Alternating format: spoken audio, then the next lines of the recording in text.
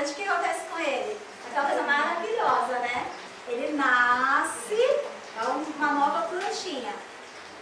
Só que esse revestimento, ele impede, ele tem uma substância que chama fitato, ele impede muitas vezes a absorção dos nutrientes por parte do nosso organismo, principalmente para crianças. Então é importante que ao usar quaisquer grãos, nós deixemos de molho, tá? Então a gente vai deixar de molho no período de 6 a 8 horas. A partir de 6 a 8 horas de molho, ele começa a perder, então, as suas propriedades. Por quê? Porque a semente, ela dá aquele start e ela começa a usar a propriedade que tem lá dentro, os nutrientes, por quê? Para ela se preparar para germinar. Porque esse alimento que tem dentro da semente, desses grãos, eles são tanto para nosso uso, quanto também para que a planta ela possa depois crescer e germinar, certo? Então, mais tipo 12 horas de molho, ou um pouco mais, que você vai ver que ele já vai ter uma aparência diferente. Às vezes ele fermenta, então se tiver num tempo muito quente, num local muito quente como aqui, mesmo à noite, você vai deixar de molho à noite para preparar, já de manhã tirar do molho e já iniciar o cozimento, a gente vai deixar na geladeira para ele também não fermentar e não criar ali colônias de bactérias. Se for muito quente, se agora estiver no inverno, um local muito fresco, que não é abafado, você pode deixar ele na pia da cozinha. Mas se for um local quente, a gente já recomenda pôr na geladeira. E nesse período de 6 a 8 horas, vai eliminar esse fitato e vai proporcionar que a gente possa absorver melhor. Além disso, vai economizar também gás. Então, tem várias vantagens, né? Nós não deixamos, esse é difícil transportar, controlar, então a gente não deixou, hoje aqui a gente vai comer desse jeito. Pode falar, né? Deixar menos de 6 horas de molho. Ele não vai eliminar totalmente, mas é melhor do que nada. Tipo, acordar bem cedo, para orar às 4 da madrugada, pôr de molho, né? Ali às 10 já dá para preparar, né? É um exemplo. Mas se acordar mais tarde, também pode. É melhor do que nada. Quando eu não consigo deixar de molho, por algum inconveniente da vida doméstica, que a gente sabe que tem muitos, né? Muitos contratempos, o que eu faço? Eu fervo na água e eu deixo ali uns 40 minutos naquela água fervente. Claro, sem o fogo ligado, né? Eu fervo a água, deixo ela bem fervendo e jogo em cima dos grãos, já escolhidos e lavados. E aí eu deixo ali por uns 40 minutos. Ajuda também. Ajuda da mesma maneira que deixar um pouco menos, umas 2 ou 3 horas de molho. Esse aqui, para quem não conhece, é o grão do trigo. Nós vamos fazer uma saladinha com ele. É um grãozinho muito delicioso. E o trigo é praticamente assim, para quem não tem alergia ao glúten, né? O trigo, ele é uma grande maravilha. A gente usa demais. Então esse trigo aqui, como que eu vou fazer? Eu vou mostrar uma maneira de cozinhar que vocês, eu acho que não utilizam. Qual é a melhor panela para se usar, né? Naturalmente, a de alumínio é a menos indicada. Mas me perguntem se eu uso panela de alumínio. Eu uso porque eu vim pra cá, eu não tinha nada, ganhei umas panelas velhas, trouxe algumas aí pra vocês verem hoje, que eu vou usar aqui, né? E a gente dentro do que é melhor, a gente faz o que é melhor. Mas se a gente não pode só cozinhar em panela, se a gente só tem panela de alumínio, não tem como comprar, não tem como usar outra coisa, a gente vai se matar ou vai deixar de dar comida para a família? Não, né? A gente vai pôr isso num planejamento para um dia a gente ter mais opções dentro de casa. Hoje eu tenho algumas panelas dessas de barro, eu uso no fogo convencional mesmo, fogão normal. É uma panela que existe um certo preconceito normalmente contra ela, porque ela demora para esquentar, gasta muito gás, vocês vão ver que não é nada disso. E também, às vezes se deixa muito tempo lá no armário, ela cria aquele mofrinho, né, tipo um bolorzinho dentro, né? Mas eu vou dizer, essa daqui é uma das melhores opções, porque a mulher foi feita do quê? A mulher. Da costela, né? E a costela? Do barro, né? Então isso aqui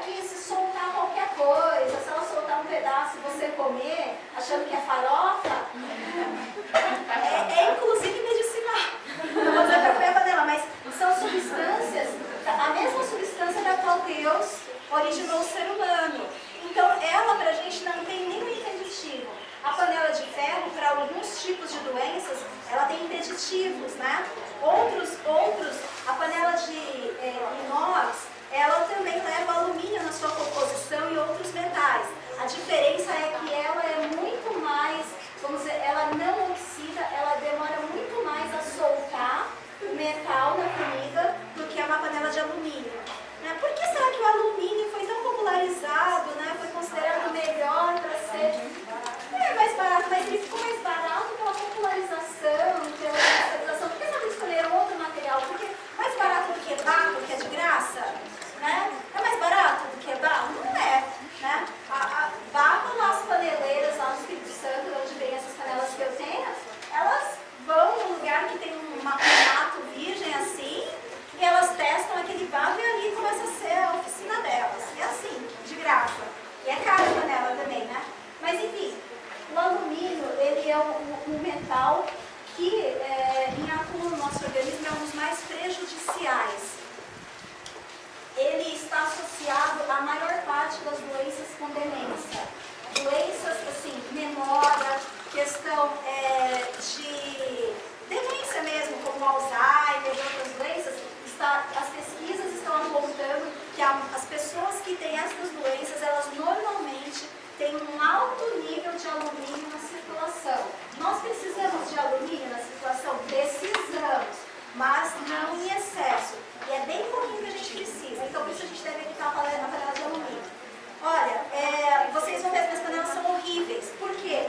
Porque alinhar a panela, deixar ela brilhando, tudo bem que por fora não influenciar, mas como eu já alinho por dentro, também alinho por fora e fica tudo mais rápido, né? Mas alinhar, quanto mais você alia, mais solta alumínio. Por quê? Quando ela fica escura por dentro, ela criou ali uma película de oxidação. E ela protege um pouco mais. Agora, quanto mais você alia, mais ela vai soltar aquele alumínio, porque ela sempre está sem aquela película, então ela passa direto.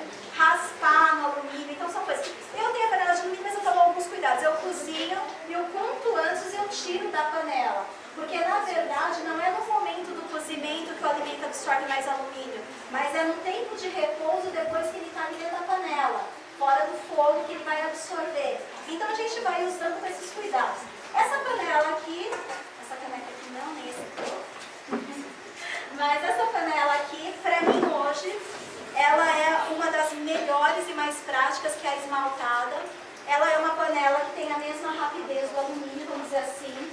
Ela não gruda tanto quanto as panelas de inox, não gruda tanto, mas ela também, a temperatura no fundo dela você tem que controlar, depois que você chegou na temperatura você tem que abaixar, senão ela vai queimar mesmo. Ela faz uma crosta bem queimada e a comida ficou horrível. Queima embaixo, né? Antes do bolo ficar pronto. Vou te dar uma dica daqui a pouco. Você vai usar. Essa pra mim tem que dar melhor. Só que, coitada, é filha única. Minha sogra comprou um jogo de quase R$400 e com dó de mim falou: eu fiquei babando nas panelas quando eu fui lá. Aí ela, escolhe um tamanho que você não tem e leva pra você uma, né? Uma só, tá bom. Aí eu peguei essa, tem sido muito útil. É muito boa e ela é bem saudável também, não solta na comida, né? Mas e aqui dentro? Acho que ela é um pouquinho por dentro. Talvez às vezes eu perco.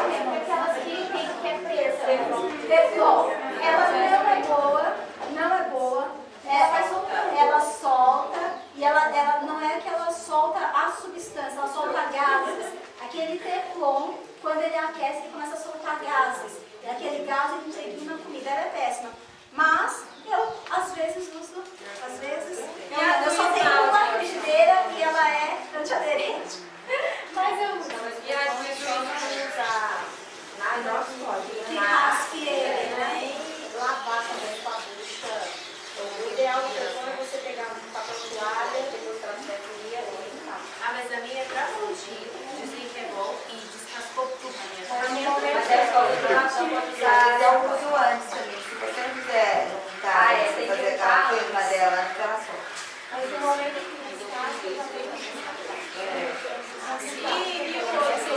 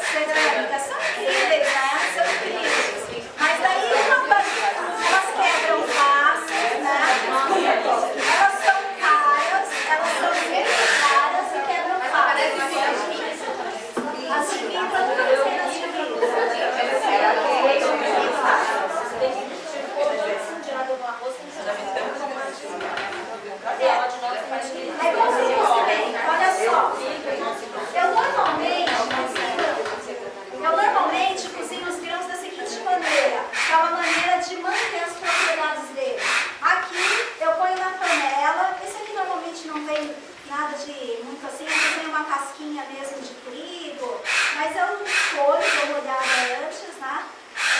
Aí eu pego uma panela, lavo na panela mesmo. Aqui não vai caber tudo, ele vai derramar, vou ter que deixar esse restinho.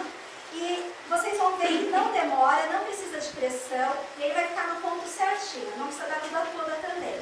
Então aqui a gente vai lavar na panela e vai deixar água.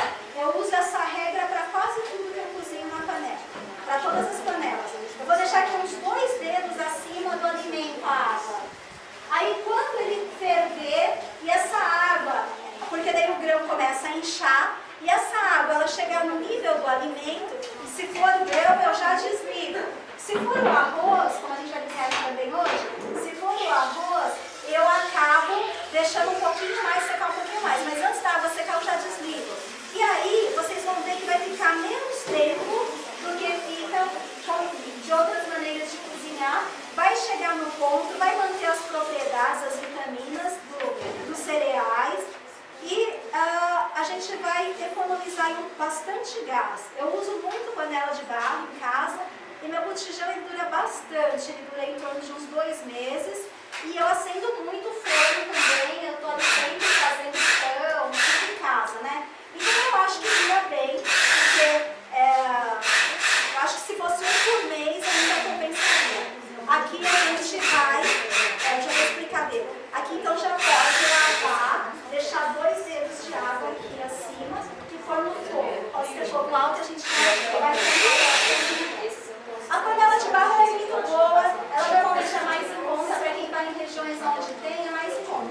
Aqui em São Paulo, comprar uma panela dessa, eles querem cobrar pela cultura, por não sei o que, né, da panela, etc e tal. Então vai ser lá uns R$80 uma panela desse tamanho ali. Mas lá no Espírito Santo, você vai direto no centro, você paga R$20 nessa grande, tem pequenas de 10 e 15, né, as médias também em torno de 20 a R$25. E aí já é suficiente. Eu trouxe uma média e essa grande que eu uso bastante. Minas também tem bastante, né? É que eu morei no Espírito Santo, eu acabo usando lá mais como referência. Oi? Espírito Santo. Aqui está o grão de bico. O grão de bico ele é muito duro, ele precisa ficar de molho. E como não ficou, eu hoje vou usar a panela de pressão. Ela me falou, você tinha panela de pressão? Obviamente, o que a gente puder de não usar a panela de pressão, a gente não vai usar. Mas aquilo que normalmente eu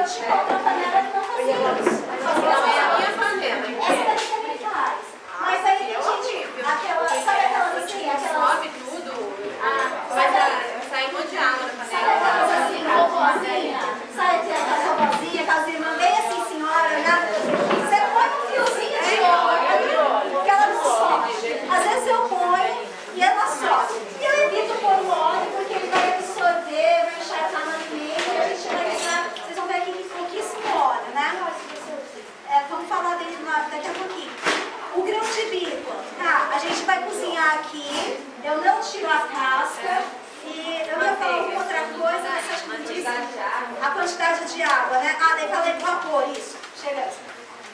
O vapor que a panela fica, ele cozinha mais rápido o alimento do que o fogo. Quando eu cozinho canjica, eu deixo ela na pressão 15 minutos e desligo a panela. E aí ela vai lá aquele tempo, e aí depois de umas 2 horas, eu ligo lá o fogo, fico lá o dia todo, né? Porque é dona de casa, né? Sexta-feira, não como casa, tem tempo mesmo pra ficar ligando o fogo, desligando, vai pra lá e pra cá, né? Aí eu desligo a panela e quando eu vejo que ela já deu aquela esfriada, eu ligo de novo até ela pegar a pressão. Ela fez o chiado, eu desligo e ela fica de novo naquele vapor. E assim a canjica fica macia, do jeito que a gente gosta em casa. E aqui vai ser a mesma coisa, por isso que a questão da água não precisa ser tanta, porque não vai ficar todo o tempo de cozimento do fogo. E aí a gente vai testando, tem vezes que não ficou no ponto, você abre, você dá uma testada e põe. Por isso que a gente começa a cozinhar cedo para ir testando. E aqui então tá o grão de bico.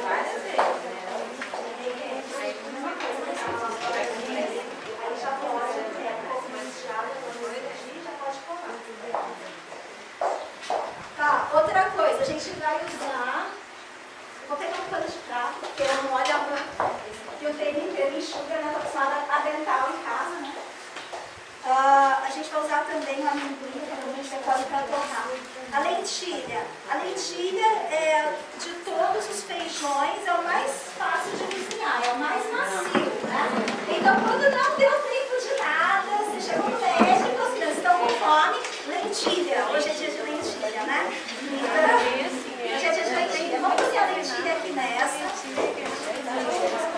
Eu gosto de cozinhar. Essa daqui, principalmente, lentilha costuma ter pedra, viu?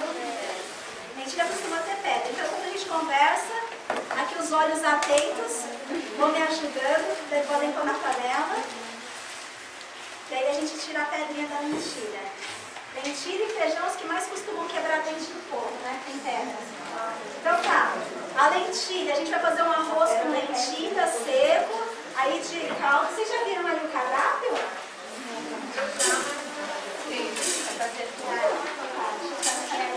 Tá, arroz com lentilha vai ser arroz integral com lentilha, lasanha de palmitos, salada de grãos, salada de quinua, vou falar sobre quinua, alimento maravilhoso, almôndegas de aveia, molho sugo, salada de folha.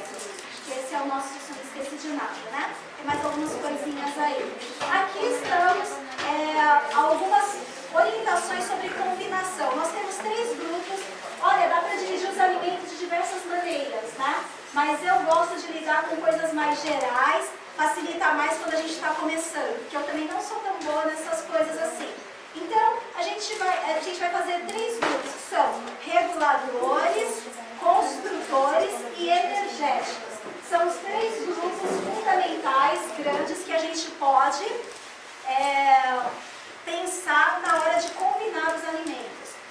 Os reguladores são alimentos ricos em água, que tem água como frutas, e ricos em fibras e vitaminas. São os alimentos, sobretudo, reguladores, vitaminas e sais minerais. Normalmente, nós vamos ter aqui neste grupo quais alimentos? Frutas, verduras, legumes, hortaliças. Então, tudo que a gente vai usar, algumas vezes processado ou cozido, vamos dizer assim, mas na maioria das vezes, fundamentalmente cru. A importância da alimentação crua, ela preserva todos os nutrientes do alimento e ela é importantíssima para a saúde do nosso sistema gastrointestinal. Ela é fundamental no uso dos alimentos crus. Eles são como uma escovinha que vai limpando. Além de eles darem os nutrientes, as fibras, quando você não cozinha e come cru, vai limpando tudo lá. Outro alimento que limpa muito o organismo é arroz integral. Não tem, esse aí é tipo um esfregãozinho, sabe? Que vai fazendo faxina por onde ele passa. Aquelas fibras vão levando com elas as coisas ruins que estão ali. E isso vai ajudar ajudando a gente a ter mais disposição, organizar melhor, porque muitas vezes a gente acha, essa comida eu sinto muita fome. Não é fome, é a maneira como você organiza o seu cardápio, faz com que você tenha uma queda de glicose muito rápida no sangue. Por quê? Porque você alcança um pico e ela vai para o normal. Só que ela não vai para o normal, ela cai. Quando ela cai, estou passando mal de fome. Normalmente é um desequilíbrio só na questão do sistema da glicose. Se você usa alimentos integrais, isso não acontece. Por quê? Por causa das fibras, esse açúcar ele vai sendo liberado gradativamente. Você não chega a ter picos, então você tem uma sensação de saciedade que dura o período da sua digestão. A minha filha acha que quando ela sente fome, significa que ela está com fome. E eu tento fazer ela entender que isso não é verdade. Que se ela comer um docinho, daqui 1h30 ela sente fome. Não é fome, é queda na glicose. A gente tem que cuidar porque esses altos e baixos são a síndrome metabólica que se fala muito hoje. É a principal causa da maioria das doenças relacionadas ao coração, também diabetes. A maioria das doenças hoje, assim, que mais impactam a qualidade de vida, elas são relacionadas à síndrome metabólica. Então a gente tem que cuidar muito disso. Se você come alimentos integrais, usa um açúcar mais natural, menos refinado, um açúcar mascavo, melado, mel, aquele nível de açúcar ele vai se manter mais ou menos equilibrado durante todo o processo da sua digestão. Quantas horas o seu estômago precisa para fazer digestão? 4 a 5 horas. Algumas pessoas falam 2 horas. Depende do organismo. 5 a 6 horas. Depende do organismo também, né? Não, digestão não. Digestão não. É 5 a 6 horas entre uma refeição E e outra. Mas a digestão é mais rápida. Eu vou te dizer que o meu organismo, ele é aquele organismo. Quando eu assisti o trabalho do Dr. Silmar Cristo, eu fiquei tão feliz, né? Que eu descobri que eu sou gorda por natureza, não é por descuido. Por quê? Vou explicar. Ele diz lá que tem organismos que são o quê? Eficientes. Esse é o meu organismo, eficiente. Que é aquele que guarda e vai usando assim, só o que precisa. Ele é muito eficiente, ele vai com pouco. Então, por isso que ele acumula, né? Agora tem aqueles que são desse sistema de metabolismo muito acelerado, que esses, assim, a Jaque, eu conheço uma amiga, a Jaque, ela é magra, e a cada 2 horas ela sente fome mesmo. Ela usa 4 horas de intervalo entre um e outro, isso? Ela usa 4 horas de intervalo entre uma refeição e outra, porque é o mínimo recomendado, mas ela sente muita fome. E ela usa tudo, e ela come bem, e usa tudo. Eu falo, gente, que maravilha, né? Pode comer desse jeito. Se eu comer 2 vezes ao dia, eu não sinto fome à noite, se como sem vergonha mesmo. Não sinto fome à noite e ainda tenho reservas para momentos de crise, vamos dizer assim, né? Então, esse é um organismo eficiente. A gente, sabendo como é o nosso organismo, a gente pode também administrar isso. Muitas vezes a gente não está sabendo administrar. Mas o nutricionista mandou comer de 2 em 2 horas. Olha, também os cientistas e os médicos acreditam que a gente veio do macaco, né? Então, aí vai depender de quem você se sente mais à vontade para seguir, de qual orientação. Hoje eu me sinto mais à vontade de seguir a orientação do Espírito de Profecia, que eu sei que é uma orientação vinda direta de Deus. Então, o melhor intervalo entre uma refeição e outra é entre 5 e 6 horas. Ter o tempo de seu organismo esvaziar, fazer a digestão completa e você dar um descanso para que ele esteja pronto para trabalhar de novo. Porque a digestão é algo que demanda muito gasto do organismo, desgaste. Por isso que pessoas que comem pouco tendem a viver mais. A lentilha, eu vou fazer a mesma coisa, lavar com a água acima, pôr no fogo. Quando a água chegar no nível da lentilha, eu vou desligar, deixar com a tampa tampada até a hora que a gente for usar. E vocês vão ver que vai estar boa, sem sal, sem nada. Pode ir pra lá. Quinoa, excelente cereal.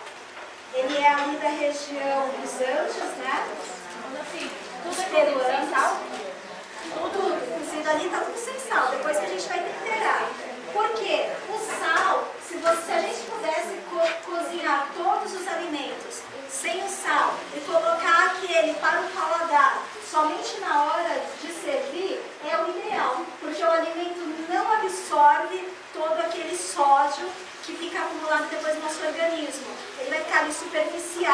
algo que é mais fácil do nosso organismo assimilar e eliminar por excesso para que não venha a afetar a pressão e outros sistemas mais do nosso organismo. Quando assim, eu fiz o teste em casa, eu passei a cozinhar e depois colocar o sal. Eu consegui ver que eu gastei menos sal.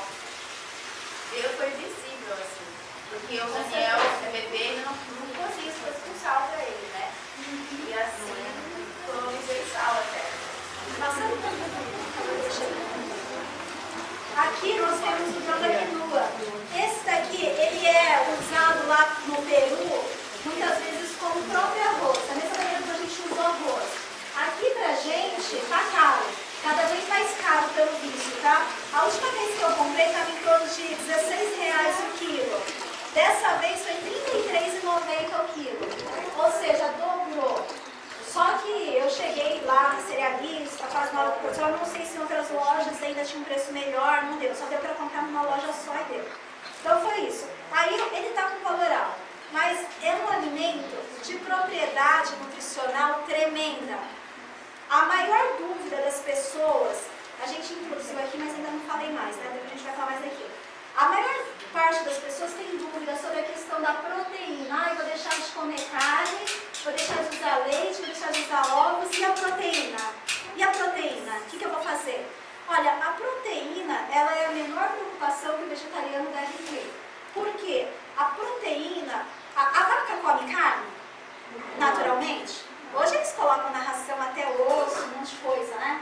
Fazem animais que são animais vegetarianos, né? Herbívoros, se tornarem animais carnívoros, né? Porque eles põem na ração, das galinhas também, é uma coisa horrível.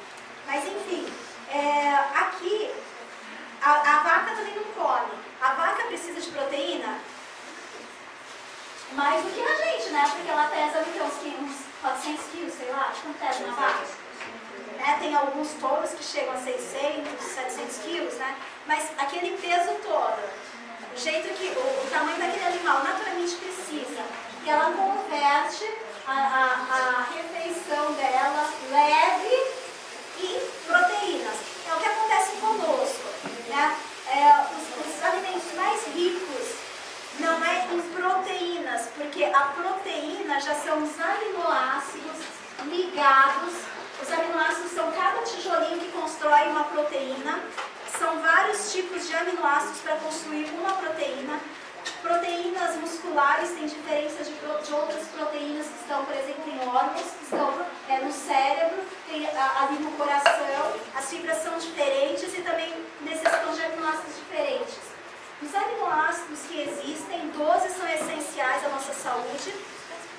E desses 12 aminoácidos essenciais para a construção de proteína, todos eles e mais alguns se encontram neste alimento.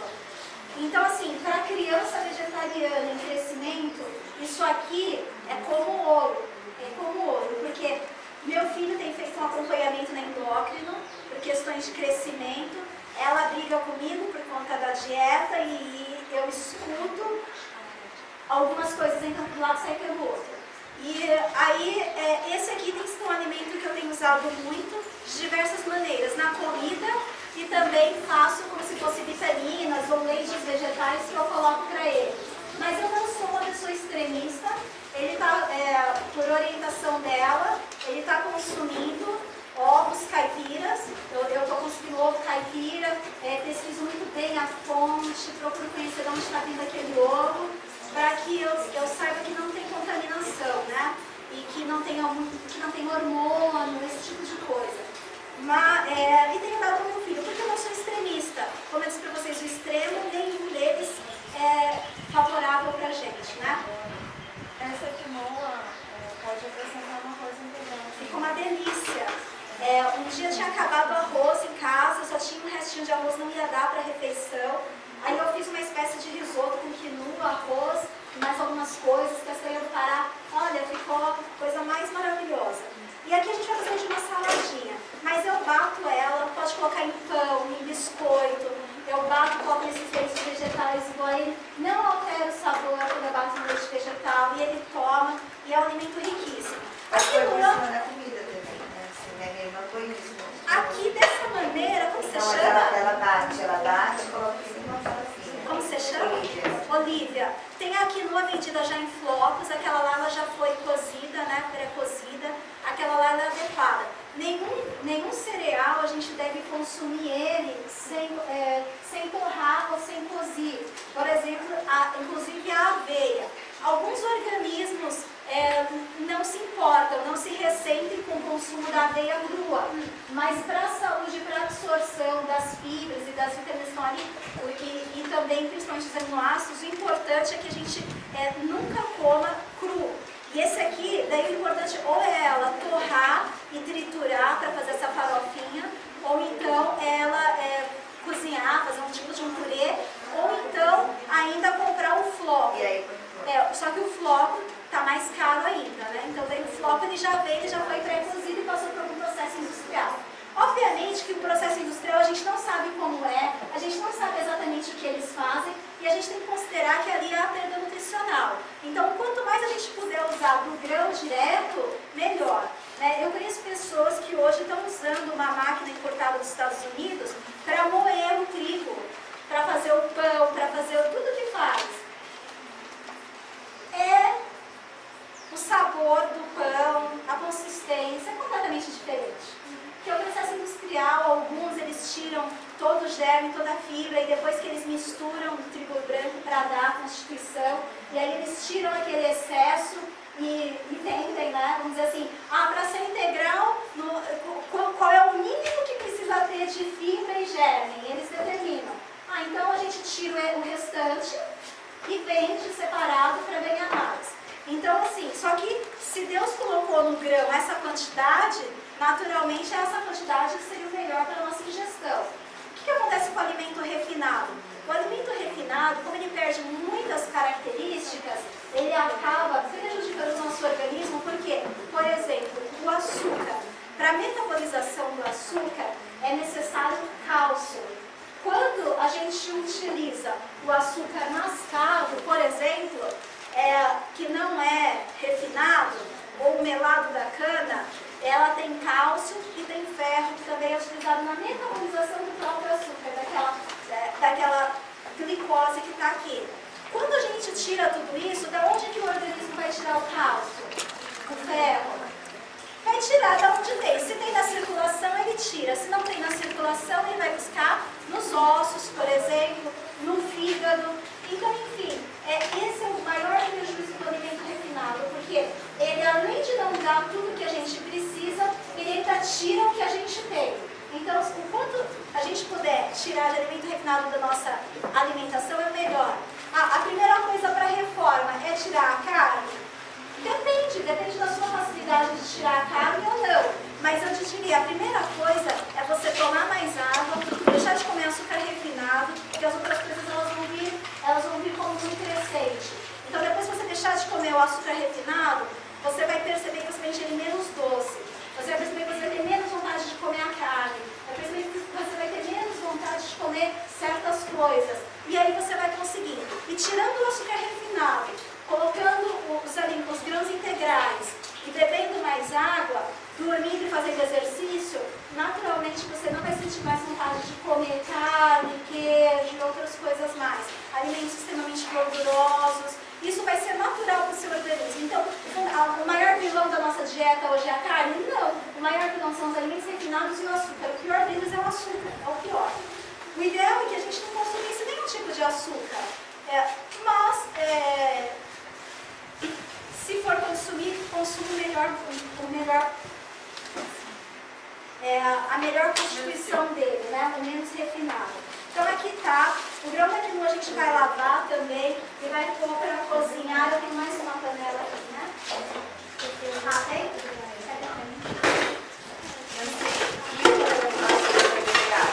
O delegado é que ele já passa por um processo mais de perda, fica mascavo, né? Só que ele já não altera o sabor dos alimentos, então... E lá, o açúcar mineral é o mesmo seu grão. Só é tinta, assim. Gente, eu falo Eles que Eles derretem o açúcar e mela aquele açúcar. Certo? uma loja de produtos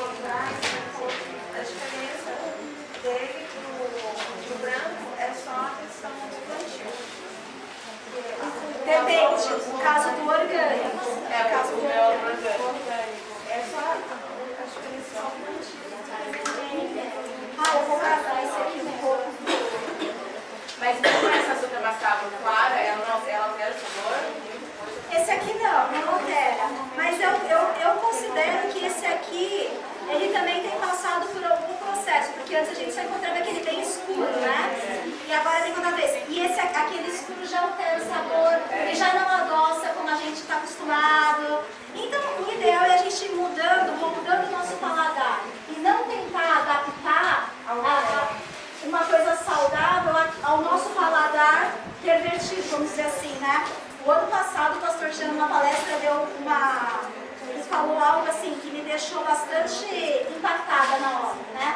Ele disse, se você sente prazer em comer aquilo que você sabe que não te faz bem e prejudica a sua saúde e a sua vida espiritual, isso isso é apetite depravado. Essa palavra foi tão forte e é a pura verdade. Então o que a gente precisa é clamar a Deus, que Ele vá fazendo não só o querer, mas também o efetuar na nossa vida. E que Ele vá mudando e moldando o nosso paladar, para que a gente sinta prazer em comer as coisas mais naturais. E aí, à medida que a gente vai sentir esse prazer, a gente vai consumindo menos. Olha, você pode usar o mel para adoçar. Eu tenho usado, em geral, o mel, como eu disse que ontem o meu doce foi na banana, ali eu cozinhei na banana, pus um pouco de mel e o couve ficou um doce, nossa, daqueles. Então, eu tenho usado muito mel.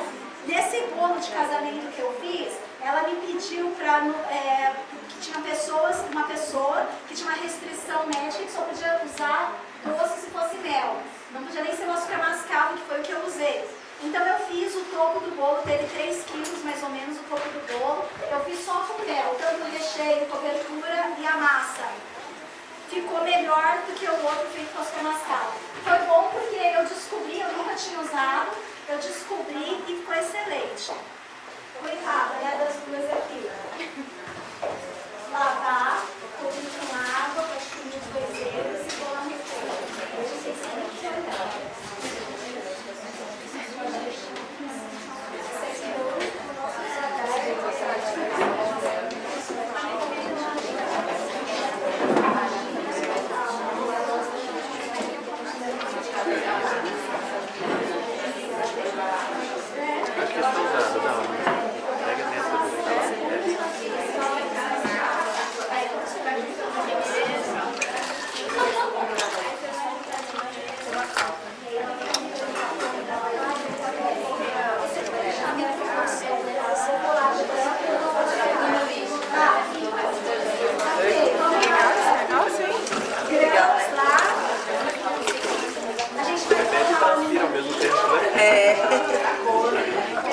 Você precisa beber mais.